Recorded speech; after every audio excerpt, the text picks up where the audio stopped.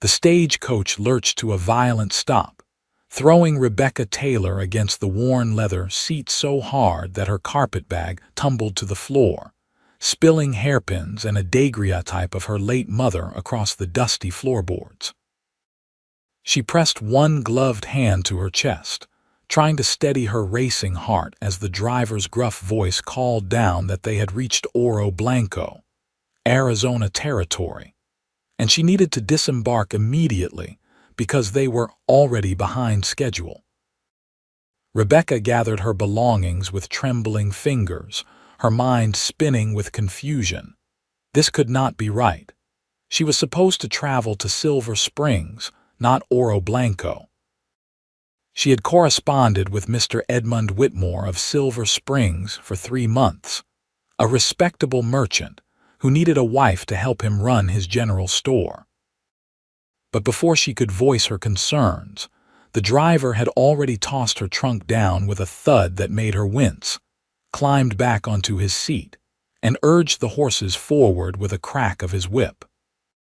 She stood in the middle of the dusty road, watching the stagecoach disappear around a bend, leaving nothing but a cloud of red dirt hanging in the oppressive August heat. It was 1883, and she had just made what might be the most catastrophic mistake of her 22 years of life. Oro Blanco stretched before her like something from a fever dream. The main street consisted of perhaps a dozen weathered buildings, their wooden facades bleached pale by the relentless Arizona sun. A saloon with peeling paint stood next to a general store, and beyond that she could see a smithy, a small church with a crooked steeple, and what appeared to be a marshal's office. Mountains rose in the distance, their peaks sharp against the brilliant blue sky. The heat was suffocating, nothing like the mild summers of Philadelphia where she had grown up in her aunt's boarding house.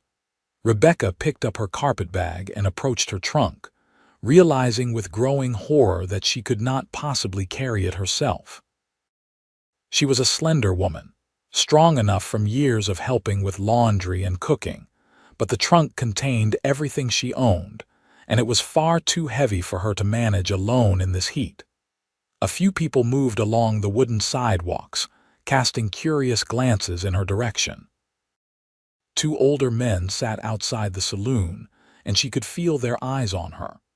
A woman in a faded calico dress hurried past with a basket, barely acknowledging her presence. Rebecca felt panic rising in her throat. She had no money for another stagecoach ticket. She had spent nearly everything she had saved over the past 5 years to pay for this journey west, believing she would arrive at her destination and marry a man who would provide her with security and perhaps, eventually, affection. She was considering her very limited options when she heard the sound of boots on the wooden sidewalk and turned to see a man approaching. He was tall, well over 6 feet, with broad shoulders and a lean build that spoke of hard physical work. His dark hair was slightly too long, curling at the nape of his neck beneath a worn Stetson. His face was sun-bronzed and angular, with a strong jaw covered in several days' worth of stubble. But it was his eyes that caught her attention, a striking gray-blue that seemed to assess her situation in a single glance. He touched the brim of his hat. "Madam, you look like you might be in some difficulty." His voice was deep and measured, with the slight drawl of someone who had spent considerable time in the Southwest. Rebecca felt heat rise to her cheeks, and it had nothing to do with the August sun. "I seem to have gotten off at the wrong stop," she admitted, deciding that honesty was her only real option at this point.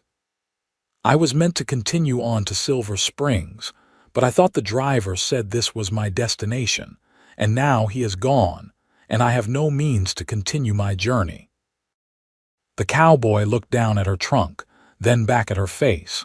His expression was difficult to read, but she thought she detected sympathy in those unusual eyes. "Silver Springs is another 40 miles north. The next stage through here would not be until Thursday, 3 days from now." Rebecca felt tears prick at her eyes, but she blinked them back fiercely. She had not cried when her parents died of yellow fever when she was 12. She had not cried when her aunt worked her like a servant for 10 years. She would not cry now, stranded in a town she had never heard of in the middle of the Arizona Territory. "I see," she managed to say, though her voice sounded thin even to her own ears. The cowboy was quiet for a moment, studying her with an intensity that should have made her uncomfortable, but somehow did not. Then he said something that would change the entire course of her life. "Maybe fate brought you here instead." She looked up at him sharply, not certain she had heard him correctly. "I beg your pardon," he gestured to her trunk. "A woman traveling alone with all her belongings, heading to Silver Springs. I would wager you are a mail-order bride, meant for Edmund Whitmore." Rebecca's cheeks flamed even hotter. "That is a rather presumptuous assumption, Mr. Ryan Fitzgerald," he supplied. "And I apologize if I have caused offense, but Edmund Whitmore has been telling anyone who would listen that he sent for a bride from Philadelphia. This is not a large town, madam. Word travels fast." She straightened her spine, trying to maintain some dignity despite the absurdity of her situation. "Rebecca Taylor. And yes, I was meant to marry Mr. Whitmore, but as you can see, I find myself in quite an impossible situation." Ryan Fitzgerald looked at her for a long moment, and she had the strangest sensation that he was seeing far more than her disheveled traveling clothes and dusty face. Then he bent down and lifted her trunk as though it weighed nothing at all, settling it easily on one shoulder. "My ranch is about 2 miles outside of town," he said. "I have a housekeeper, Mrs. Chen, who lives in a small cabin on the property with her husband. You could stay there until Thursday, and I would make certain you got on the right stage to Silver Springs." Rebecca knew she should refuse. It was wildly improper to accept such an offer from a stranger, a man she had met only moments ago in the street. But the alternative was to sit beside her trunk in the blazing sun until she collapsed from heat exhaustion, or to use what little money she had left to pay for a room at what was undoubtedly a rough boarding house. Neither option held much appeal. "That is very generous of you, Mr. Fitzgerald," she said carefully, "but I could not possibly impose in such a manner." "It is not an imposition," he replied. "Mrs. Chen would be happy for the company. She has been after me for months to hire more help, though I keep telling her we do not have the need for it on a small operation like mine." Rebecca hesitated, her practical nature warring with the proprieties that had been drilled into her since childhood. Finally, practicality won. "If you are certain it would not be too much trouble, I would be grateful for a place to stay until the next stage arrives." Something that might have been satisfaction flickered across Ryan's face, though it was gone so quickly she might have imagined it. "No trouble at all, Miss Taylor. My wagon is just down the street at the general store. If you will wait here a moment, I will bring it around." He set off with her trunk still balanced on his shoulder, leaving Rebecca standing in the middle of the street, feeling as though her entire life had just tilted sideways. She watched him walk away, noting the easy confidence in his stride, the way other people nodded to him in greeting. He was clearly well known and respected in this small town. True to his word, he returned within minutes driving a sturdy wagon pulled by 2 horses. He loaded her trunk into the back with practiced efficiency, then offered his hand to help her up onto the seat. Even through her gloves and his work-worn palm, she felt a jolt of something that made her breath catch. They rode in silence for a while, leaving the small town behind and heading into the rolling hills dotted with mesquite and palo verde trees. The landscape was so different from anything Rebecca had known in Philadelphia. Everything seemed larger here, wider, painted in shades of gold and red and endless blue. Despite her anxiety about her situation, she found herself fascinated by the stark beauty of it all. "How long have you lived in Oro Blanco?" she asked, more to break the silence than from genuine curiosity, though once she had asked the question she found she did want to know the answer. 5 years, Ryan replied, keeping his eyes on the rough road ahead. "I came west after the war, spent some time drifting, worked cattle drives up to Kansas and back. When I had saved enough, I bought a small piece of land here. It is not much, but it is mine." There was pride in his voice, and Rebecca understood that. She had never owned anything of value in her life, never had anything that was truly hers. Everything she possessed fit into one trunk and one carpetbag. "What kind of ranch do you run?" she asked. "Cattle, mostly." "I have about 200 head at present, which is not large by Texas standards but suitable for this territory. I also keep some horses, sell them to the army occasionally. It is a good life, honest work." Rebecca nodded, trying to imagine what such a life would entail. Her experience with animals was limited to the few chickens her aunt had kept behind the boarding house. "And Mrs. Chen, she helps you with the household. She and her husband, came to work for me 3 years ago." They had been running a laundry in Tucson, but there was trouble. Men who did not want Chinese workers taking jobs they felt should go to white men. It turned violent and they fled. I needed help with the house and cooking, and Y is a skilled hand with horses. It worked out well for all of us. There was something in the way he said it, a matter-of-fact tone that suggested he saw nothing unusual about helping people who were different from himself. Rebecca filed that information away, adding it to her growing impression of Ryan Fitzgerald. They crested a low hill, and the ranch came into view. It was modest but well-maintained, a sturdy house built of adobe and wood with a covered porch across the front. Nearby stood a barn, a corral with several horses, and two smaller structures that Rebecca assumed were the bunkhouse and the cabin where the Chens lived. Mountains rose in the distance, their slopes covered with scrub and cactus. A woman emerged from the house as they approached, shading her eyes against the sun. She was small and slender, perhaps in her 40s, wearing a simple dark dress with her black hair pulled back in a neat bun. Her face registered surprise when she saw Rebecca sitting next to Ryan in the wagon. Ryan pulled the horses to a stop and jumped down, then came around to help Rebecca descend. "Mrs. Chen, this is Miss Rebecca Taylor. She had some trouble with the stage and needs a place to stay until Thursday. I told her she could use the spare room in your cabin, if that would be acceptable." Mrs. Chen's dark eyes moved from Ryan to Rebecca and back again, and Rebecca had the distinct impression that the older woman was reading far more into the situation than what was being said. But she smiled warmly and nodded. "Of course, Miss Taylor is welcome. Please, come inside. You must be very tired from your journey."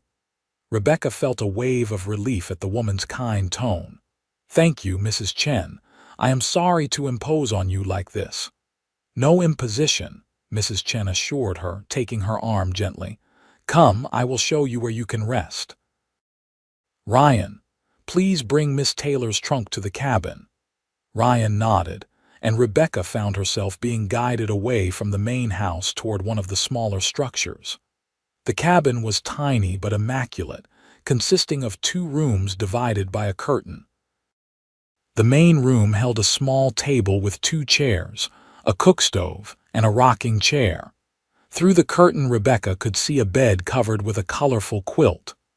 "My husband and I sleep there," Mrs. Chen explained, "but we have another room just here." She opened a door that Rebecca had not noticed, revealing a small space barely large enough for a narrow bed and a wooden chest. A single window looked out toward the mountains. "It is not much, but it is clean and private." "It is perfect," Rebecca said and meant it. She had shared a cramped attic room with two other girls at her aunt's boarding house. This small space felt like a luxury in comparison. Ryan appeared with her trunk, setting it carefully at the foot of the bed. In the confined space of the tiny room, he seemed even larger, and Rebecca was suddenly very aware of his presence. His shirt sleeves were rolled up, revealing forearms corded with muscle and tanned dark from the sun. There was a thin scar along his left jaw that she had not noticed before. "Thank you, Mr. Fitzgerald," she said. "I am very grateful for your kindness." He met her eyes, and for a moment neither of them moved. Then he touched the brim of his hat and stepped back. "You are welcome, Miss Taylor. If you need anything, the main house is just there. Mrs. Chen will take good care of you." After he left, Mrs. Chen helped Rebecca unpack a few necessities, chatting pleasantly about the ranch and the surrounding area. She was tactful enough not to ask directly about Rebecca's circumstances, but Rebecca found herself explaining anyway, perhaps because Mrs. Chen had such a calm, understanding manner. "I feel like such a fool," Rebecca admitted, sinking down onto the narrow bed. "I was so nervous about the journey, about meeting Mr. Whitmore, that when the driver called out, I simply assumed it was my stop. I did not even think to verify the name of the town." Mrs. Chen patted her hand gently. "These things happen. The important thing is that you are safe now. 3 days will pass quickly, and then you will continue to Silver Springs." But as Rebecca lay in bed that night, listening to the unfamiliar sounds of the desert night and thinking about gray-blue eyes and a deep voice saying, "Maybe fate brought you here instead," she was not entirely certain that continuing to Silver Springs was what she wanted anymore. The thought should have horrified her. She was a practical woman who had made practical arrangements for her future. Edmund Whitmore was expecting her. She had given her word.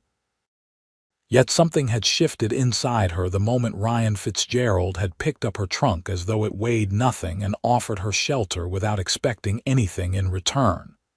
She had felt something she had not felt in years, perhaps had never truly felt before. Seen. Not as a servant or a burden or a solution to someone's domestic needs, but as a person worthy of kindness simply because she was in need of it. She told herself firmly that she was being ridiculous. Ryan Fitzgerald was simply a good man who had helped a stranger. That was all. In 3 days, she would board the stage to Silver Springs, meet Edmund Whitmore, and begin the life she had planned. This brief interlude in Oro Blanco would become nothing more than an interesting story to tell. But sleep was a long time coming, and when it finally did, she dreamed of mountains and desert sunsets and eyes the color of storm clouds. The next morning, Rebecca woke to the smell of coffee and something baking. She dressed quickly in one of her simpler dresses, a dove-gray cotton that was suitable for travel but not too fine for a ranch. When she emerged from her small room, she found Mrs. Chen at the stove, frying eggs in a large skillet. "Good morning, Miss Taylor. I hope you slept well." "Please call me Rebecca, and yes, thank you very well." It was not entirely true, but it seemed rude to complain. "Then you must call me May," the older woman said with a smile. "Sit, please. Breakfast is almost ready." They ate together at the small table, and Rebecca learned that May had been born in Guangdong Province and had come to California with her husband 20 years earlier to work on the railroad. After the railroad was completed, they had struggled to find steady work, facing hostility wherever they went. Ryan had hired them when no one else would, and they considered him family now. "He is a good man," May said, pouring more coffee into Rebecca's cup. "Lonely, I think, but good. He works very hard from before sunrise until after dark most days. He deserves happiness." Rebecca thought she detected a certain hopefulness in May's tone, but decided not to acknowledge it. "How many people does he employ?" just my husband Y and myself year-round. During roundup and branding, he hires a few temporary hands, but mostly he manages with just the three of us. It is difficult work, but he never asks us to do anything he would not do himself. After breakfast, May suggested that Rebecca might like to see the ranch, and Rebecca agreed gratefully. She had been cooped up in coaches and trains for days and was eager to stretch her legs. They walked through the morning sunshine toward the barn, where Rebecca could hear the sound of hammering. They found Ryan inside, working on repairing a stall door. His shirt was damp with sweat, his hair pushed back from his face. When he saw them enter, he straightened, wiping his hands on his trousers. "Good morning, Miss Taylor. I trust you slept well." "Very well, thank you. Please, I hope my presence here is not disrupting your work." "Not at all." He gestured around the barn. "Just routine maintenance. A ranch always needs something fixed or mended." Rebecca looked around with genuine interest. She had never been inside a barn before. The structure was clean and well organized, with stalls for horses on one side and space for storing hay and equipment on the other. Several saddles hung on the wall, their leather well oiled and cared for. "How many horses do you keep?" she asked. 12 at present, plus the 2 draft horses you saw yesterday. Most of them are working horses, but I have 3 that I am training to sell." He paused, then asked, "Do you ride, Miss Taylor?" Rebecca shook her head. "I am afraid not. I grew up in the city and never had the opportunity to learn." Something crossed Ryan's face, an expression she could not quite read. "Would you like to? Learn, I mean. If you are going to live out here, it would be a useful skill to have." "I suppose it would," Rebecca said slowly. The truth was that the idea both frightened and intrigued her.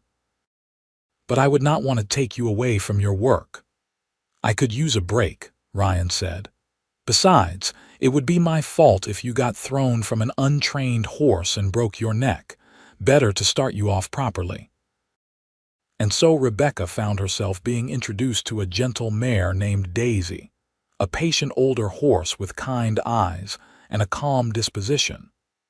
Ryan saddled her with practiced efficiency, explaining each step of the process as he went. Then he led them out to a flat area near the corral and helped Rebecca mount.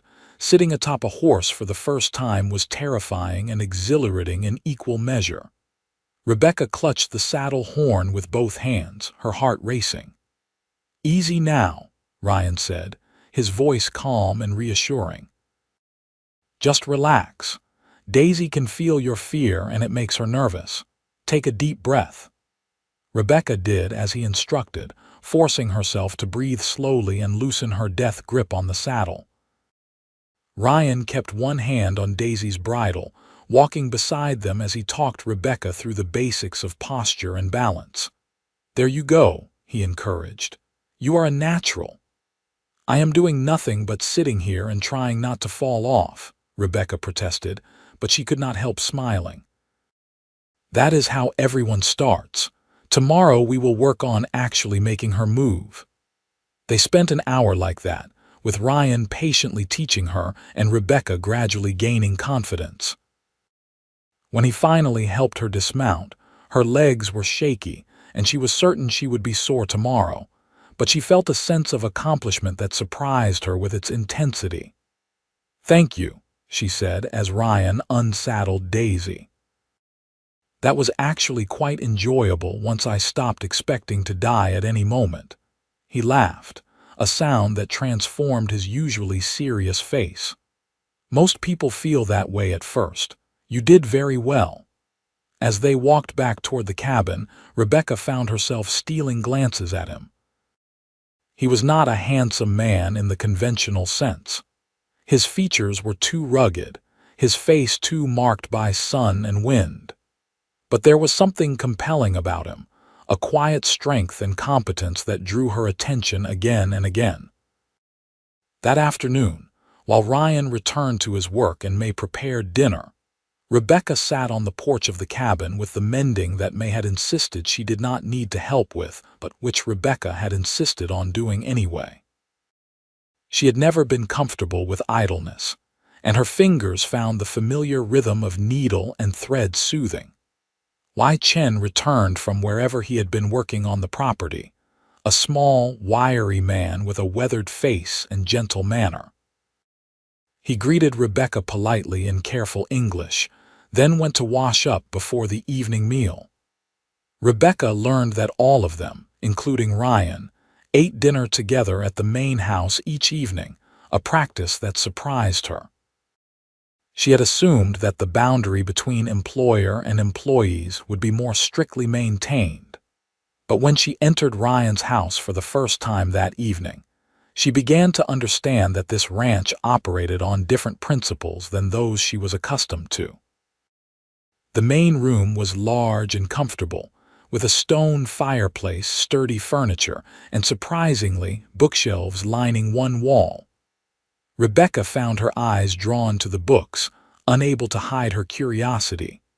"You are welcome to borrow any of them," Ryan said, noticing her interest. "I do not get much time for reading these days, but I like having them around." Rebecca moved closer, scanning the titles. There was a mix of practical volumes on ranching and animal husbandry, but also novels by Dickens and Hawthorne, poetry, even a worn copy of Shakespeare's collected works. "I did not expect," she began, then stopped, realizing how rude that sounded, but Ryan just looked amused. "You did not expect a cowboy to read. I may work with cattle, Miss Taylor, but that does not mean I want to think like one." She felt her cheeks warm. "I apologize. That was presumptuous of me. No offense taken. Most people assume that anyone who works with their hands must lack interest in working with their mind. I am used to it." They ate dinner at the large wooden table, passing dishes family style. The food was simple but delicious. Beef stew with fresh bread and vegetables from May's small garden. The conversation flowed easily, with Wai telling a story about a stubborn horse he had been working with, and May asking Rebecca about Philadelphia and her journey west. Rebecca found herself relaxing in a way she had not expected. There was no sense of hierarchy here, no feeling that she needed to watch her words or know her place. They spoke to each other as equals, with mutual respect and often with humor. It was so different from the rigid, joyless atmosphere of her aunt's boarding house that it made her chest ache with something she could not quite name. After dinner, Ryan walked her back to the cabin as the sun set in a spectacular display of orange and pink and purple. They moved slowly, neither seeming eager to end the evening. "You have built something good here," Rebecca said softly.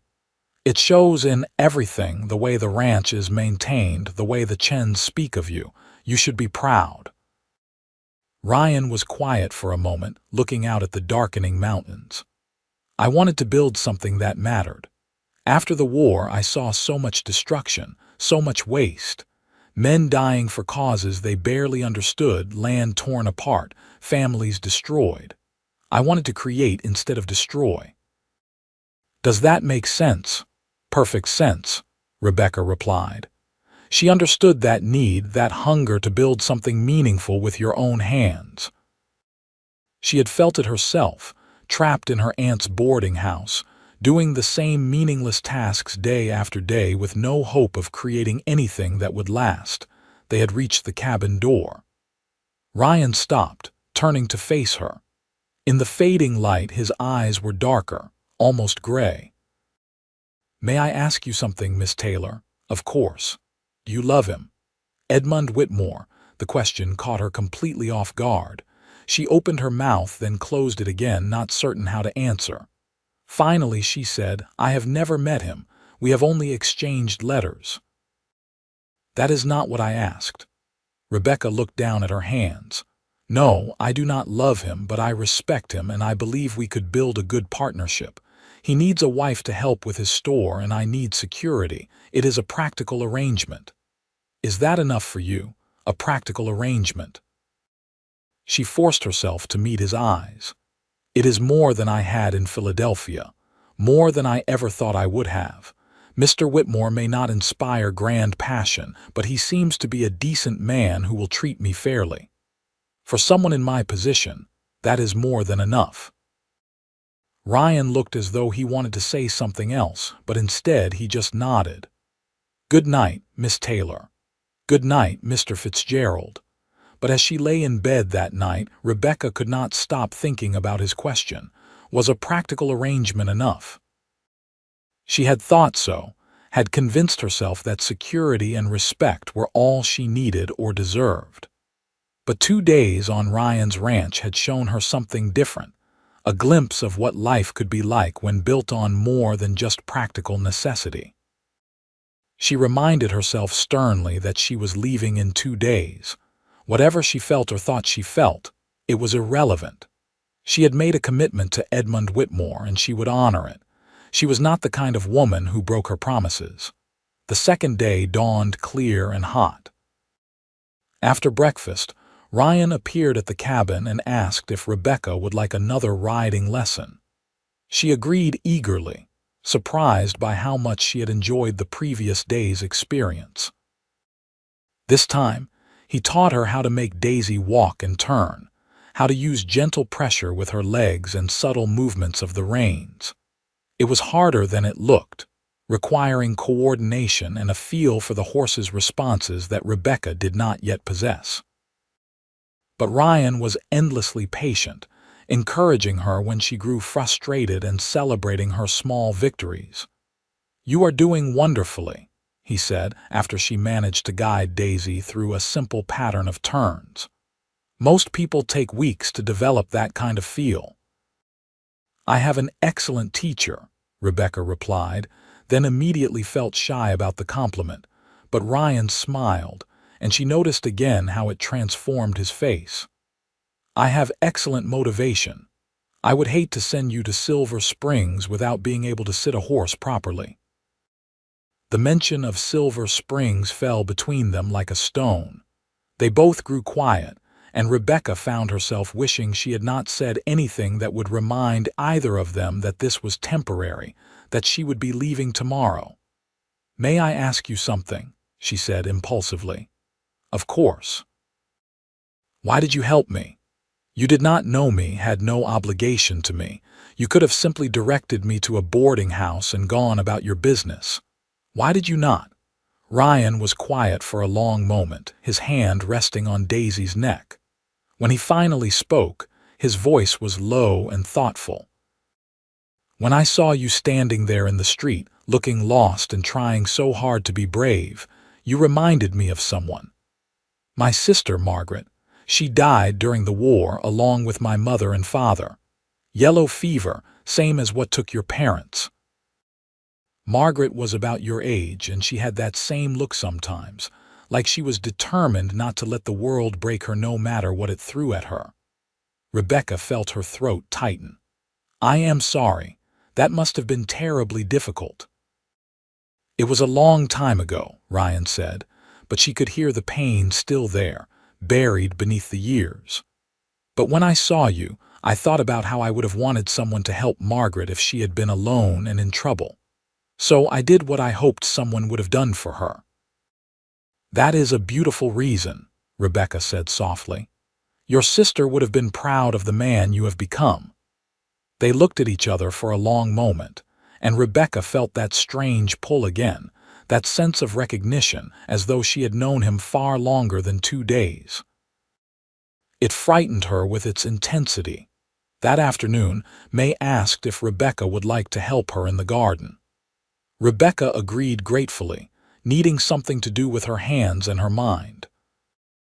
They worked side by side in the heat, pulling weeds and harvesting vegetables, and May talked about the challenges of gardening in the desert climate.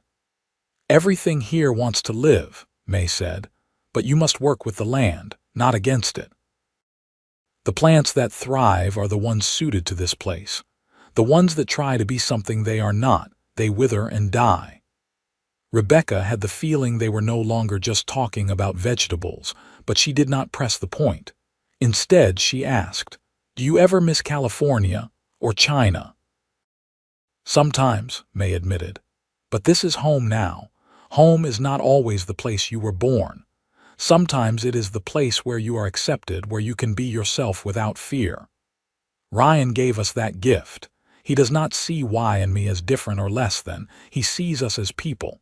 That is rare." "It is," Rebecca agreed, thinking of the casual prejudice she had witnessed in Philadelphia, the way people dismissed entire groups of humanity as inferior or unworthy. "Mr. Fitzgerald seems to be an uncommon man." "He is," May said, then added casually, "he needs a good woman.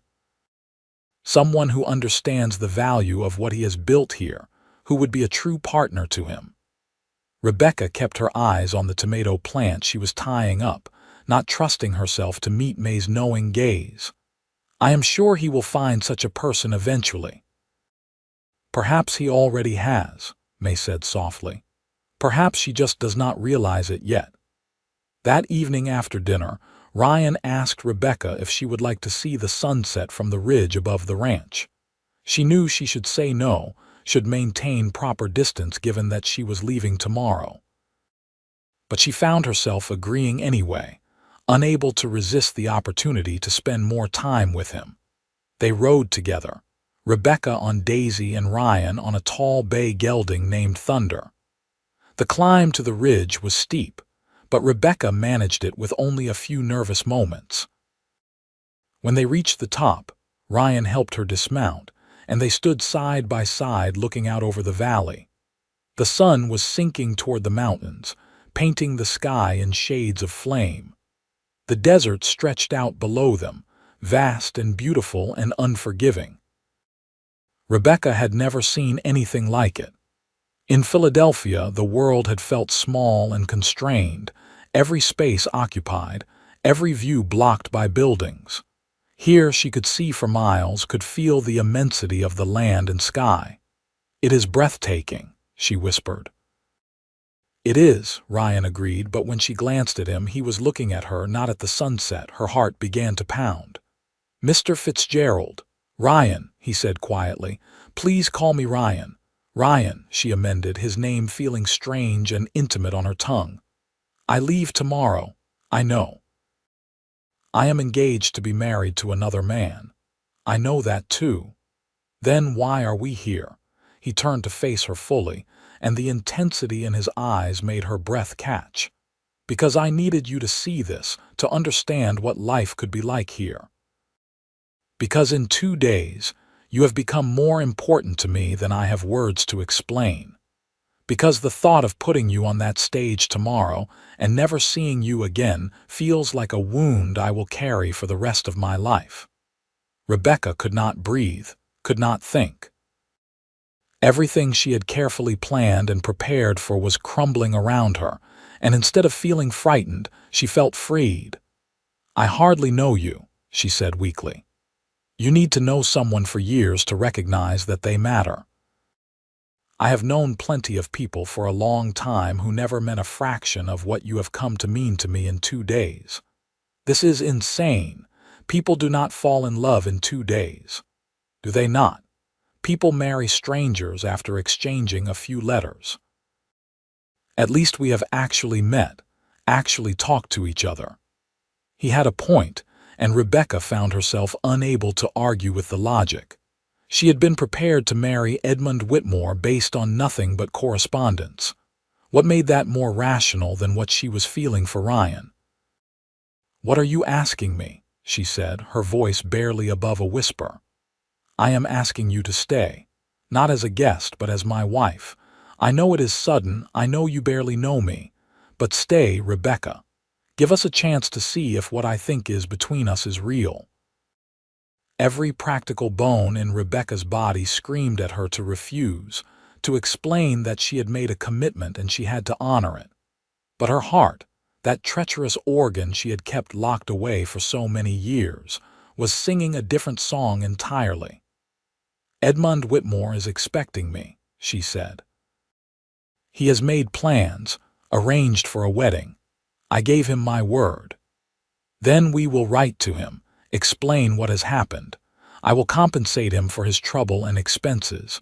But Rebecca, please do not throw away something real for the sake of a promise made to a stranger." She looked out at the sunset, at the vast, wild beauty of this land that was so different from everything she had known. She thought about the past 2 days, about patient riding lessons and dinners filled with laughter, about feeling seen and valued for the first time in her life.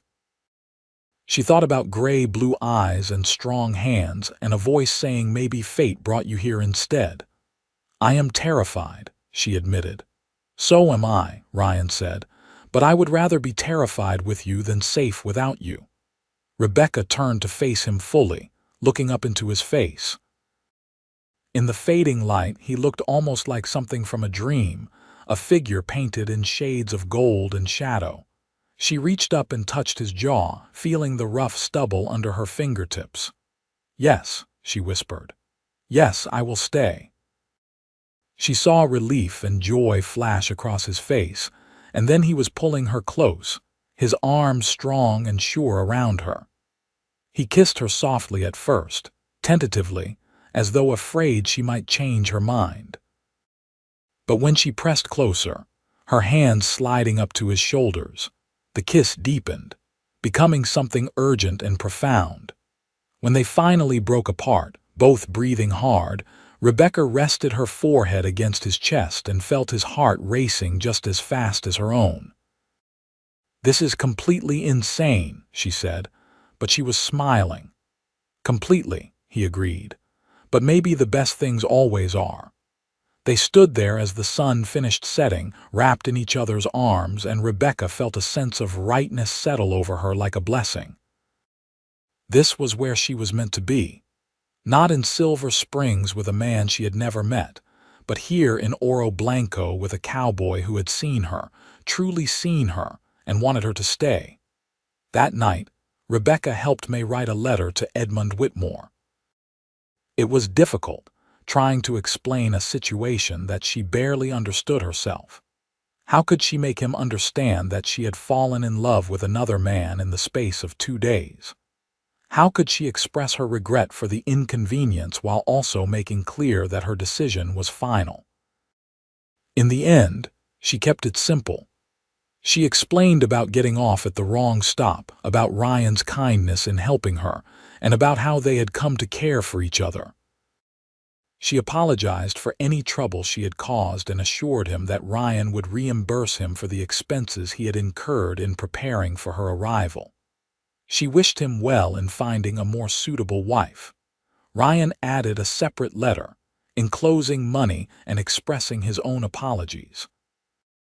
They would send both letters on the stage the next day, the same stage Rebecca had been meant to board.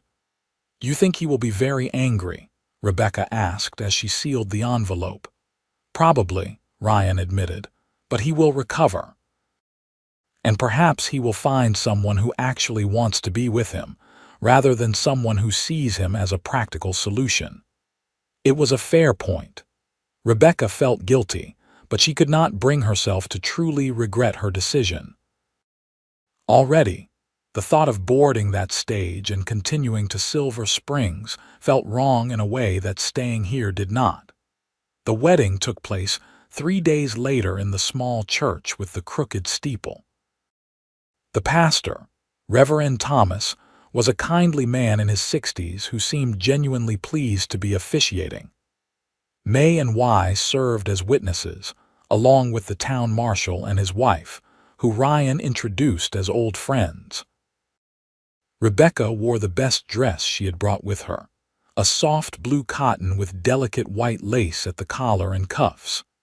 May had helped her arrange her dark blonde hair and had even produced a small bouquet of wildflowers from somewhere. When Rebecca looked at herself in the small mirror in the cabin, she barely recognized the woman staring back at her. Her face was flushed with excitement and nerves, her eyes bright. She looked happy in a way she could not remember ever looking before. Ryan wore a black suit that made him look both uncomfortable and devastatingly handsome.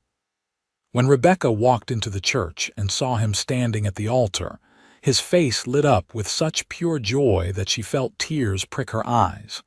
The ceremony was simple, but meaningful.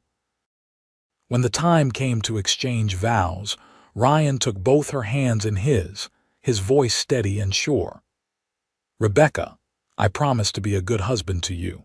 I promise to respect you, to value your thoughts and opinions, to stand beside you as a partner in all things. I promise to make you laugh when I can and to comfort you when you hurt. I promise to build a life with you that is worthy of the courage you showed in staying here with me." Rebecca found she was crying after all, but they were happy tears. "Ryan, I promise to be a good wife to you. I promise to work beside you, to share in both the joys and the hardships of this life we are building. I promise to be honest with you, to trust you, and to give you my whole heart. I promise to make this house a home and to fill it with as much love as I possibly can." When Reverend Thomas pronounced them husband and wife, Ryan kissed her with a tenderness that made her feel cherished in a way she had never experienced before.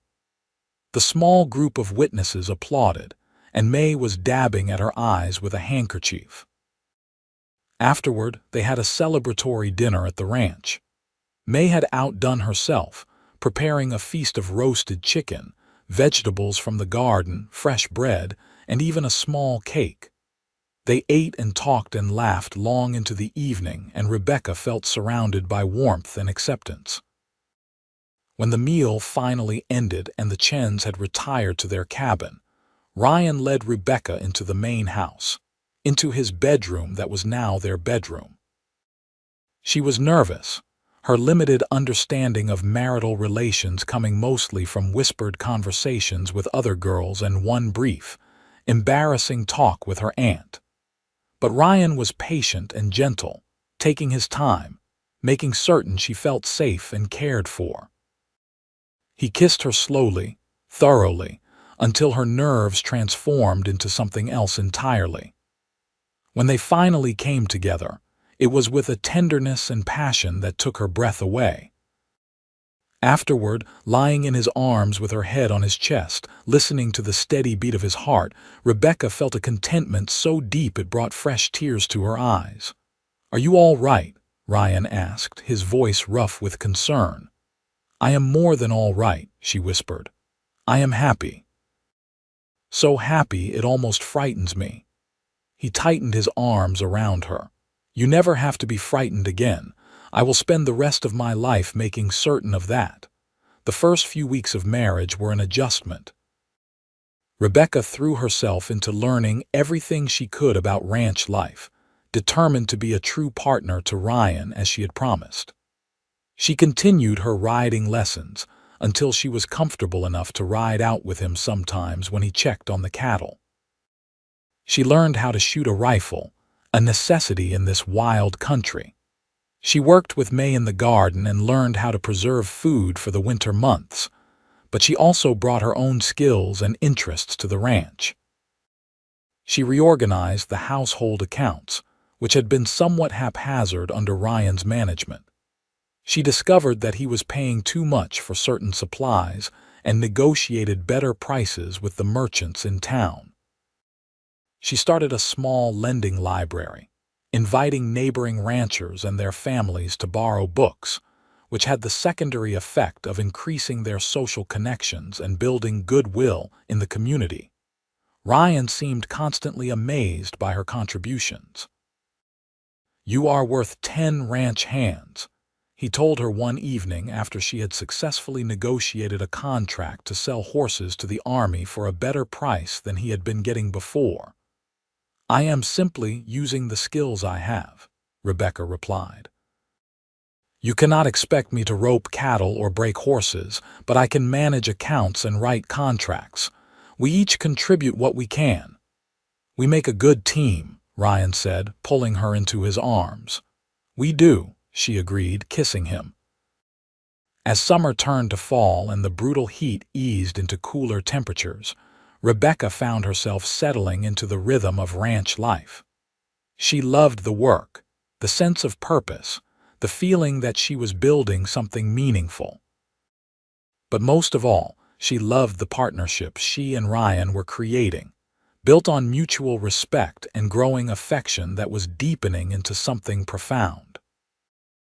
One evening in late October, they were sitting on the porch watching the sun set when Rebecca decided it was time to share the news she had been keeping to herself for a few days. "Ryan, I need to tell you something." He turned to look at her, concern flickering across his face. "What is wrong?" "Nothing is wrong. At least, I do not think anything is wrong. I believe I am with child." She watched his face carefully, unsure how he would react. They had not discussed children, had not planned for this so soon, but the worry was unnecessary. Ryan's face transformed, joy and wonder and a touch of fear all mixing together. "Truly? You are certain as I can be without a doctor's confirmation. All the signs are there." He pulled her into his arms, holding her with a gentleness that suggested she was made of glass. "A baby. We are going to have a baby."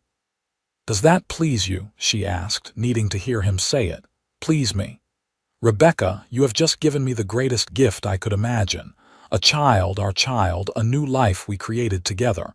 How could I be anything but overjoyed?" She relaxed against him, relieved and happy. "I am glad. I was not certain how you would feel about it happening so quickly." "I feel blessed," he said simply. "Completely, overwhelmingly blessed." The pregnancy progressed smoothly through the fall and into the winter. Ryan became almost comically protective, insisting that Rebecca not do anything that might be considered strenuous. She tolerated his fussing with amused patience, understanding that it came from a place of love and concern. May was thrilled, immediately taking on the role of grandmother-to-be.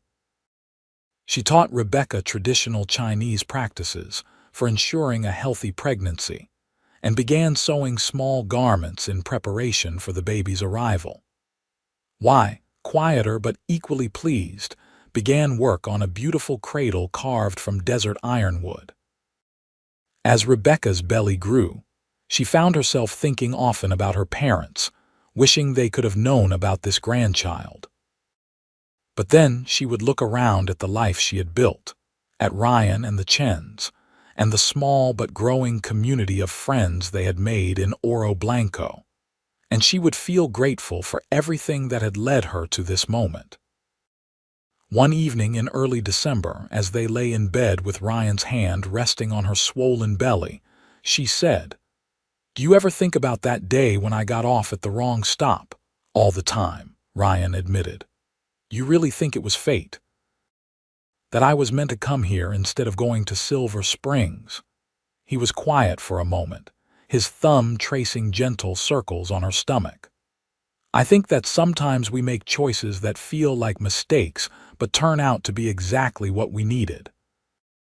You could call it fate or chance or divine intervention, but whatever it was, I am grateful for it every single day." "So am I," Rebecca whispered. "Even though it terrified me at the time, even though it seemed like the worst possible thing that could have happened, it brought me to you. It brought me home." The baby came in late March during a brief spring rainstorm that turned the desert green for a few precious weeks. The labor was long and difficult, and there were moments when Ryan thought he might lose his mind from worry. But May was there, calm and competent, helping Rebecca through each contraction, and when the baby finally arrived, red-faced and wailing, Ryan felt his heart expand to accommodate an entirely new kind of love. "A son," May announced, handing the baby to Rebecca. "A healthy, strong son." Rebecca cradled the tiny infant against her chest, tears streaming down her face. "He is perfect." Ryan knelt beside the bed, looking down at his wife and child with wonder. "He is. You are both perfect." They named him Matthew, and he had his mother's blue eyes and his father's dark hair. From the beginning, he was a good-natured baby, quick to smile and curious about everything. Ryan was utterly besotted, spending every spare moment with his son, carrying him around the ranch, talking to him as though he could understand every word. Watching her husband with their child, Rebecca felt a happiness so complete it sometimes overwhelmed her. This was what she had been searching for without even knowing it, not just security or practical partnership, but love. Deep, abiding, transformative love that made every challenge worth facing. As Matthew grew from infant to toddler, the ranch continued to prosper. With Rebecca's business acumen and Ryan's hard work, they were able to expand their operation, purchasing more cattle and additional land. They hired 2 more permanent hands, young men who were grateful for steady work and fair treatment. The small operation became a model of efficiency and success. Rebecca also became more involved in the community. She helped establish a school in Oro Blanco, serving on the board and advocating for quality education for all children, regardless of their background. She organized charitable efforts to help struggling families and became known as someone who could be counted on in times of trouble. But her greatest joy remained her family. When Matthew was 3 years old, Rebecca gave birth to twin daughters, Emma and Sophie. The girls were identical, with their mother's blonde hair and their father's gray-blue eyes, and from birth they shared a special bond that delighted everyone who met them. Ryan, who had once been alone and lonely, now found his house filled with laughter and chaos and love.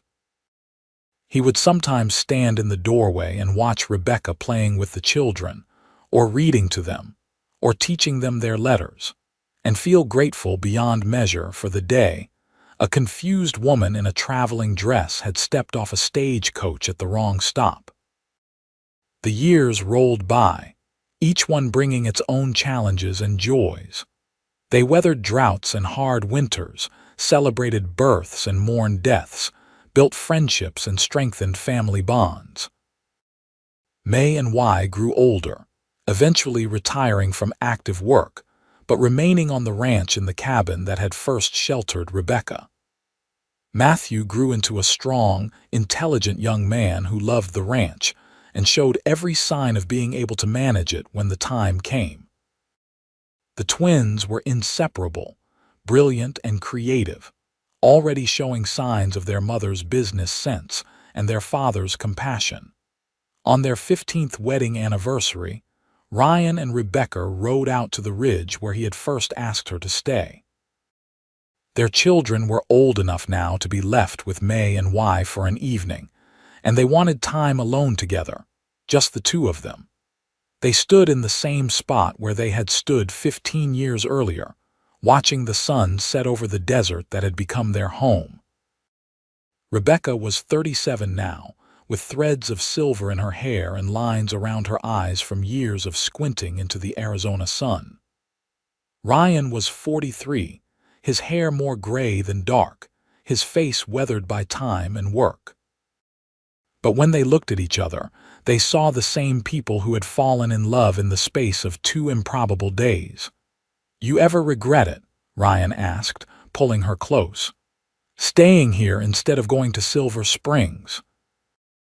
Rebecca laughed, the same question he had asked a dozen times over the years, always with the same answer. "Not for a single moment. This life, this place, you and the children, May and Y, all of it. This is where I was meant to be. I was never going to Silver Springs, Ryan. I was always coming here to you. I love you," he said, the words as true and necessary as they had been on their wedding day, as they had been on every day of the 15 years since. "I love you too," she replied. "Thank you for being brave enough to ask me to stay. Thank you for being brave enough to say yes." They kissed as the sun sank below the mountains. 2 people who had found each other against all odds, who had built something beautiful and lasting from a single moment of chance or fate or divine intervention. Rebecca had gotten off at the wrong stop, but it had led her to exactly the right place. Years continued to unfold like the pages of a beloved book.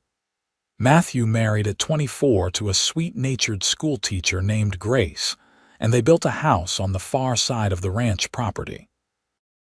Within a year, they made Ryan and Rebecca grandparents for the first time, a boy they named Ryan after his grandfather.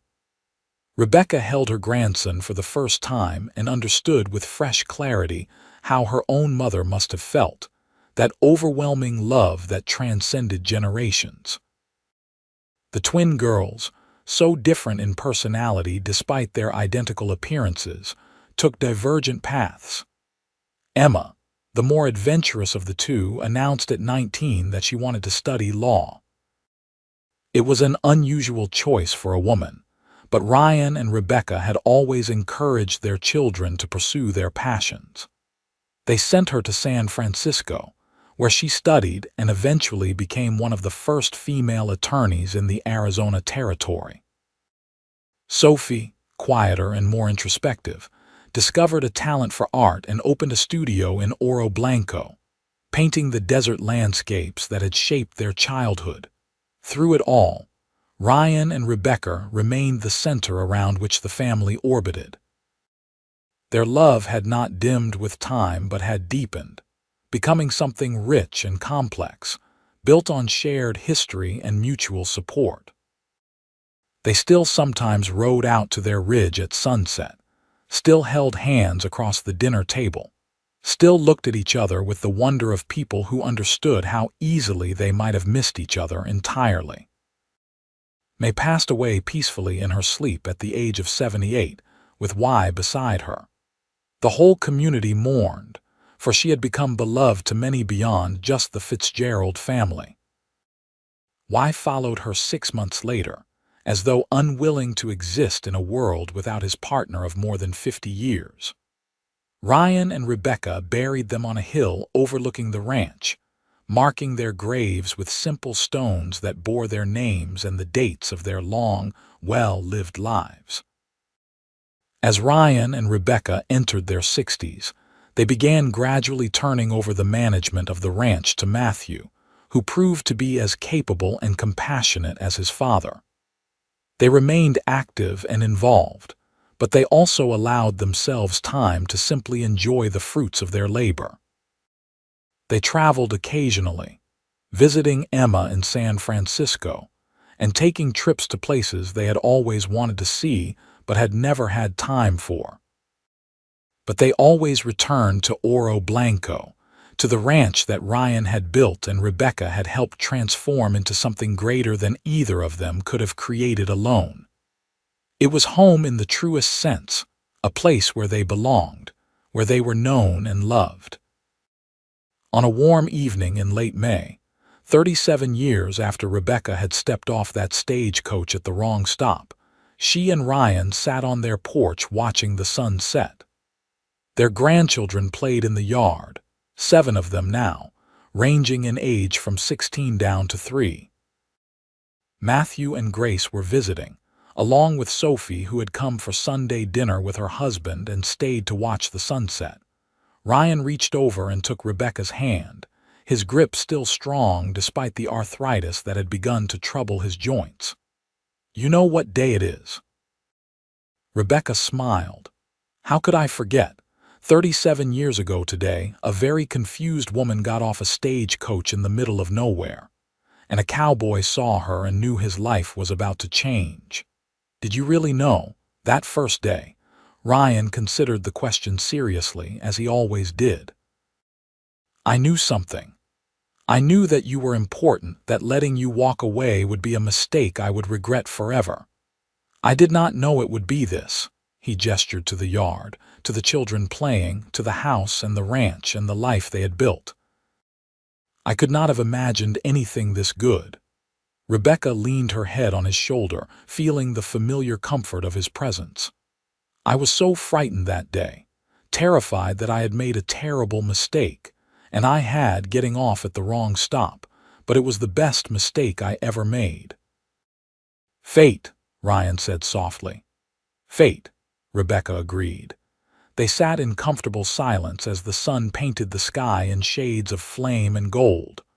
Around them, their family laughed and played, the sound of children's voices mixing with adult conversation and the evening songs of desert birds.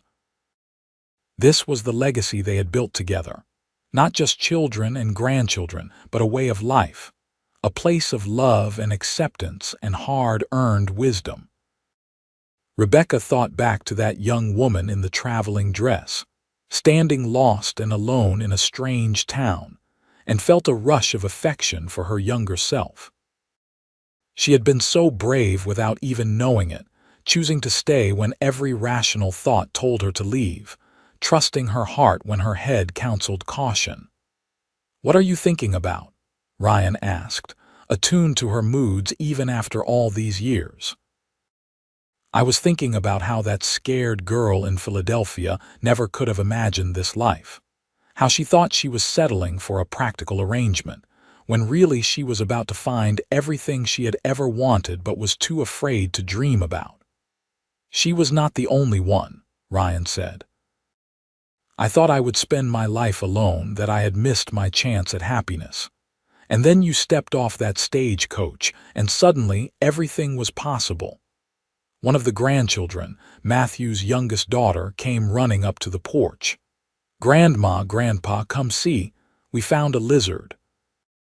Rebecca laughed and allowed herself to be pulled to her feet, Ryan following with an amused smile. They went to admire the lizard, which was small and green and entirely unimpressed by the attention.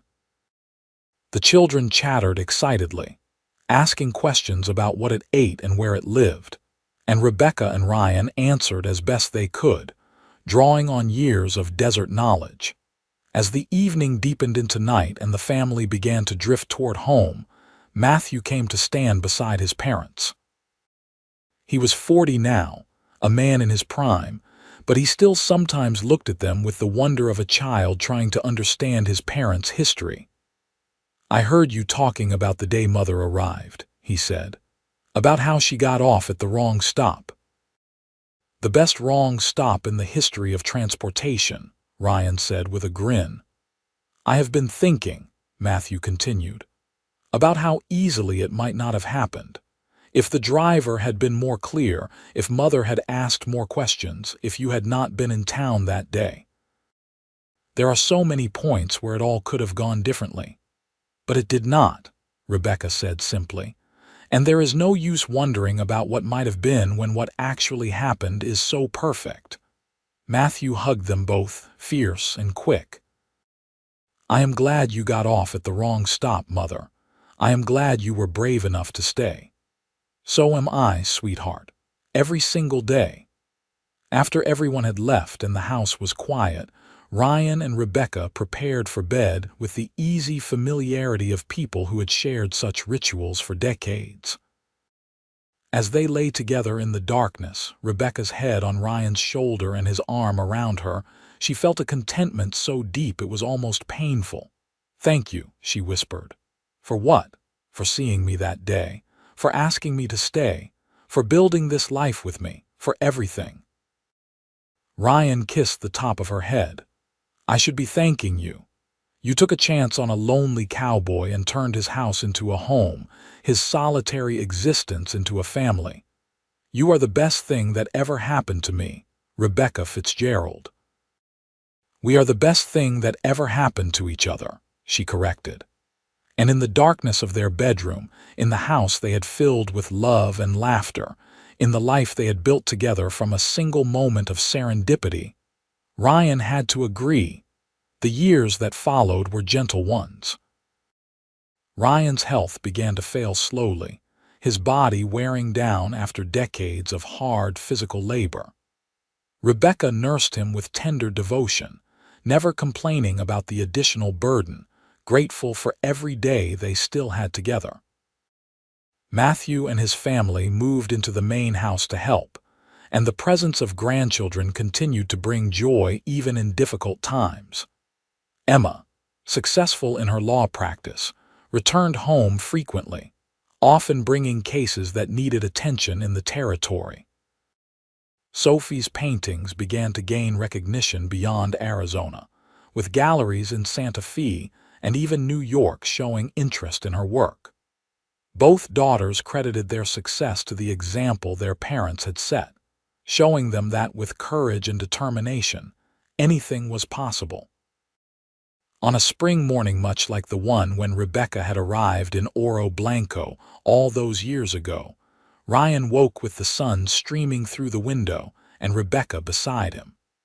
He felt the familiar ache in his joints, the weariness that had become his constant companion. But he also felt something else, a sense of completion, of a life well lived and fully enjoyed. "Good morning," Rebecca murmured, waking beside him. "Good morning, my love." They rose slowly and made their way to the kitchen, where Grace already had coffee brewing.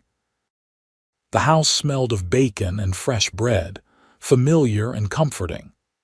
They ate breakfast with Matthew and his family, talking and laughing, planning the day ahead. After breakfast, Ryan asked Rebecca if she would like to take a ride out to the ridge. She looked at him carefully, seeing something in his eyes that made her chest tighten, but she nodded. They saddled the horses, moving more slowly than they once had but still competent and sure.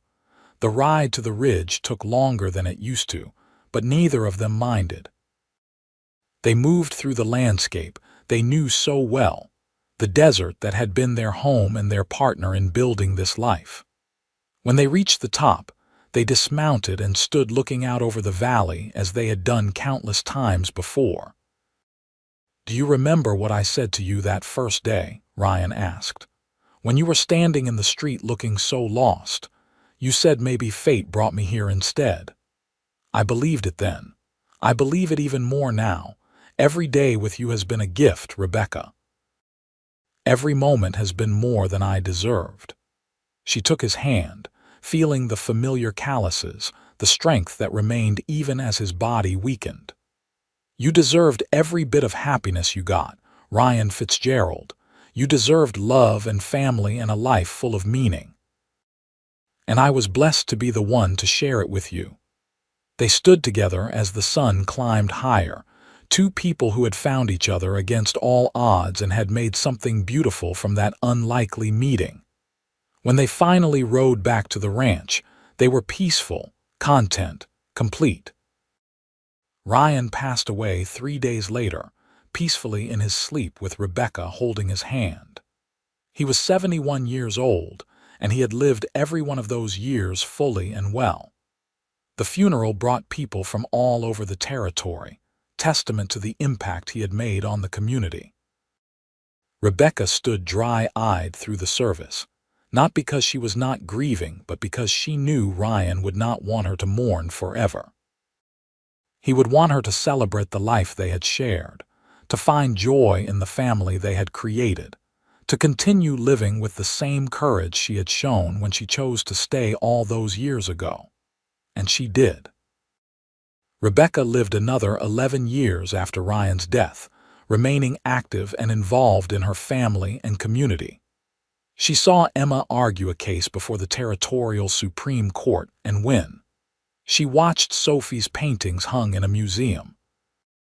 She held great-grandchildren and told them stories about their great-grandfather, the cowboy who had believed in fate and love at first sight. She never remarried. When people asked why, she would smile and say that she had already had the great love of her life, and one was enough for any person. She kept the ranch running with Matthew's help, maintained the lending library, and continued to advocate for education and fairness in the growing town of Oro Blanco. On a warm May evening, 48 years after she had first arrived in Arizona Territory, Rebecca sat on the porch of the ranch house watching the sunset. Matthew and his family were inside, and she could hear the comfortable sounds of dinner being prepared, children laughing, life continuing. She felt tired, her body worn down by 83 years of living, but also satisfied. She had done what she set out to do. She had built a life of meaning and love. She had taken a terrible mistake and transformed it into something miraculous. As the sun touched the mountains, Rebecca closed her eyes and thought of Ryan, waiting for her on that ridge where they had shared so many sunsets. She thought of May and Why, of her parents, of all the people who had shaped her life and were now gone. She thought of the young woman she had been, scared and alone, stepping off a stagecoach at the wrong stop. And she smiled, because that wrong stop had been the very best thing that ever happened to her. When Matthew found her an hour later, she had passed peacefully, a slight smile still on her face. The family gathered to mourn but also to celebrate, because Rebecca had left them with more than memories. She had left them with an example of how to live boldly, how to love completely, how to turn mistakes into miracles. They buried her next to Ryan on the hill overlooking the ranch, with May and Why nearby. The stone was simple, bearing her name and dates and a single line that Matthew insisted on adding. She got off at the wrong stop and found her way home. The ranch continued through the generations, passed down from Matthew to his children and eventually to his grandchildren. The story of how Rebecca and Ryan met became family legend, told and retold with slight variations, but always ending the same way, with love triumphing over circumstance, with courage being rewarded, with fate bringing together two people who were meant to find each other. And on warm May evenings, when the sun sets over the Arizona desert, painting the sky in shades of flame and gold, the family still sometimes gathers on the porch of the ranch house. They look out over the land that Rebecca and Ryan built together, and they remember the woman who got off at the wrong stop and the cowboy who was wise enough to say that maybe fate had brought her there instead. Because sometimes the wrong stop is exactly the right place to be. Sometimes a mistake is really a miracle in disguise. And sometimes love finds you not where you planned to look for it, but where you least expected it, in the middle of nowhere, on a dusty street in a small Arizona town, when a cowboy picks up your trunk and offers you a choice that will change your entire life. Rebecca chose love. She chose courage. She chose to trust in fate and possibility and the wisdom of her own heart. And because she did, she lived a life richer and fuller than anything she could have imagined standing on that street 48 years earlier. The legacy she and Ryan built together lives on in their descendants, in the ranch that still bears the Fitzgerald name, in the town they helped build, in the values they passed down through the generations. But most of all, it lives on in the story itself, in the reminder that sometimes the best things in life come from the most unexpected places, and that one moment of courage can change everything. The wrong stop. The right man. A life built on love and trust and the willingness to take a chance on something impossible. That was Rebecca and Ryan's story, and it was a good one, a true one, a story worth telling and remembering for all the years to come.